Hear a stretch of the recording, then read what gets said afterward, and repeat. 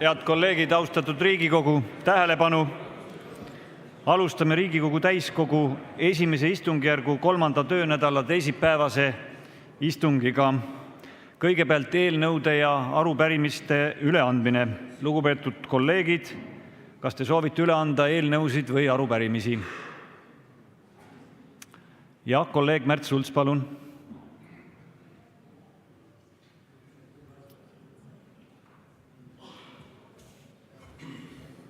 Auväärt esimees, auväärt Riigikogu, arupärimine härra Jürgen Ligile õpetaja palgatõusust ja töökoormusest.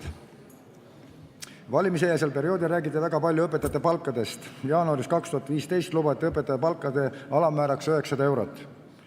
Kindlasti oli 100 eurot väga ilus lubadus, õpetajad läksid kenasti leili, kuid tänaseks on selge, et enamik omavalitsustest ei ole võimelised seda raha maksma, sellepärast riik maksis ainult poole, lubas tõsta 900-ni, aga sellest kattis ainult 50%, nii et kohalik omavalitsus peab juurde panema teise 50%.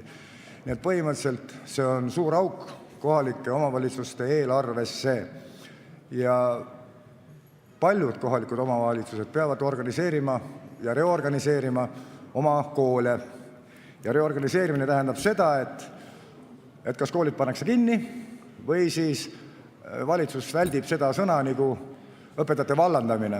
Tähendab 500 õpilasega koolis keskelt läbi vallandatakse iga 7.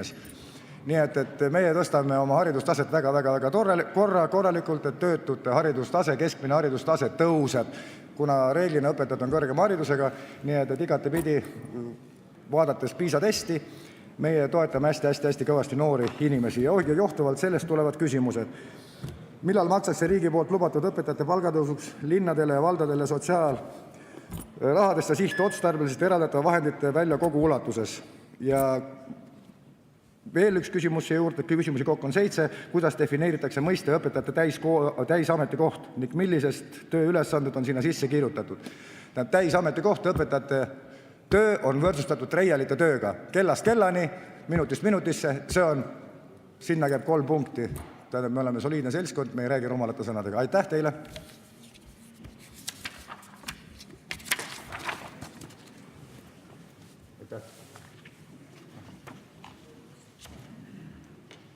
Rohkem arupärimiste ja seaduseelnõude üleandmise soovi